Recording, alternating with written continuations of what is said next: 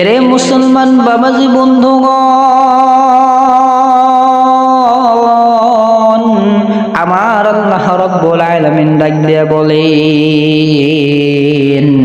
ও নবী আপনার উম্মতরে আপনি জানায়া দেন, ও নবী আপনার উম্মতরে আপনি বুঝায়া দেন গো নবী, আপনার উম্মতেরা আমি আল্লাহকে রাজি খুশি করার উদ্দেশ্যে কুরবানি দিবে। এই কুরবানিটা আমি আল্লাহ অন্তরের ভেতরে যদি খালিস নিয়ত থাকে, আমি আল্লাহ রাব্বুল আলামিনকে রাজি খুশি করার উদ্দেশ্য, আমি আল্লাহ তাআলাকে ভয় করে আমি আল্লাহকে খুশি করার উদ্দেশ্যে যদি আপনার কোনো বান্দারা এই কুরবানি করে থাকে গো রাসূল, তাহলে ওই বান্দাদেরকে আপনি জানায়া দেন, ওই উম্মতগুলোকে আপনি জানায়া দেন গো নবী, ওই উম্মতগুলোকে আপনি বুঝায়া দেন গো নবী, ওই ব্যক্তি যত বড় একটা বস্তু কুরবানি করবে, ওই বস্তুর শরীরের ভেতরে যতগুলো পশম থাকবে, প্রত্যেকটা পশমের বিনিময়ে আমি আল্লাহ রাব্বুল আলামিন তার আমলনামার ভেতরে সওয়াব লিখিয়া দিব। আর এই সওয়াবগুলো কিরকম হবে আমার আল্লাহ রাব্বুল আলামিন জানায়া দেয়, যেই ব্যক্তি কুরবানি করবে আমি আল্লাহর রাস্তায়, ওই ব্যক্তির রক্তগুলো আমি দেখি না, ওই ব্যক্তির কুরবানির মাংসগুলোকে আমি দেখি না, গোশতগুলোকে আমি দেখি না, ওই ব্যক্তির কুরবানির চামড়াগুলোকে আমি আল্লাহ রাব্বুল আলামিন দেখি না, ওই ব্যক্তি কত বড় একটা গরু কুরবানি দিল এটাকেও আমি আল্লাহ দেখি না, আমি আল্লাহ রাব্বুল আলামিন দেখি আমার বান্দার অন্তরের নেক নিয়ত। অন্তরের নিয়ত যদি ভালো হয়, অন্তরের নিয়ত যদি ভালো হয়, আমার নবী ডাক দিয়ে বলেন, ইন্নামাল আমালু বিন্নিয়াত, সমস্ত কাজ নিয়তের উপরে নির্ভরশীল। আমার বাবাজি, আমার বন্ধুগণ, আপনার আমার নিয়ত যদি ভালো হয় গো বাবা, আপনার আমার নিয়ত যদি খাঁটি হয়, তাহলে আমার আল্লাহ রাব্বুল আলামিন ওই বস্তুটাকে কবুল করে নিবে। আর ওই বস্তুকে কবুল করে নেওয়ার সাথে সাথে আমার আল্লাহ প্রত্যেকটা পশমে পশমে সওয়াবগুলো আপনার আমার আমলনামায় লিখিয়া দিবে। আমার আল্লাহ রাব্বুল আলামিন জানায়া দেয়,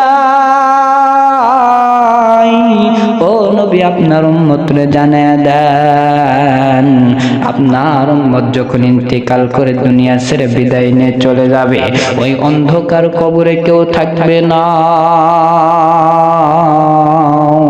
আমি আল্লাহ রাব্বুল আলামিন অন্ধকার কবরে থাকব।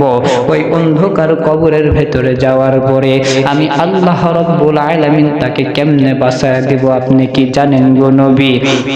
ও নবী, আপনি আপনার উম্মতরে বুঝায়া দেন, আপনার উম্মত মারা যাওয়ার পরে যখন কিয়ামতের ময়দান চলে আসবে, ওই কিয়ামতের ময়দানে এই বস্তুগুলো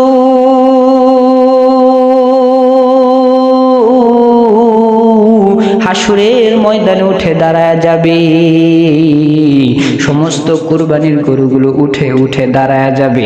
আমার আল্লাহ রাব্বুল আলামিন ডাক দিয়ে বলবে, বান্দা জাহান্নামের ভেতরে চলে যাও। ওই সাইড থেকে কুরবানির গরু ডাক দিয়ে বলবে, আল্লাহ ওগো মাবুদ, আমার মালিককে আপনি কখনোই জাহান্নামে দিবেন না। আমার আল্লাহ রাব্বুল আলামিন ডাক দিয়ে বলবে, কেন দেব না? ওই কুরবানির গরু ডাক দিয়ে বলে, ওগো মালিক,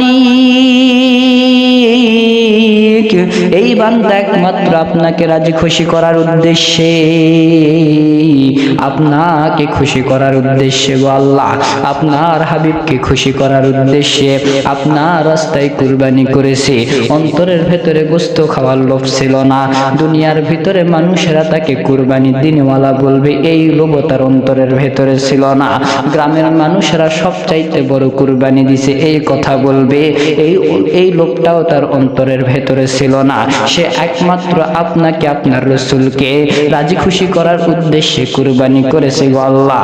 আল্লাহ আমি যতক্ষণ পর্যন্ত হাসরের ময়দানে থাকব, আল্লাহ আপনি আমার বিনিময়ে হলেও, এই কুরবানির বিনিময়ে হলেও আমার মালিককে আপনি জান্নাতুল ফেরদাউসটা দান করেন।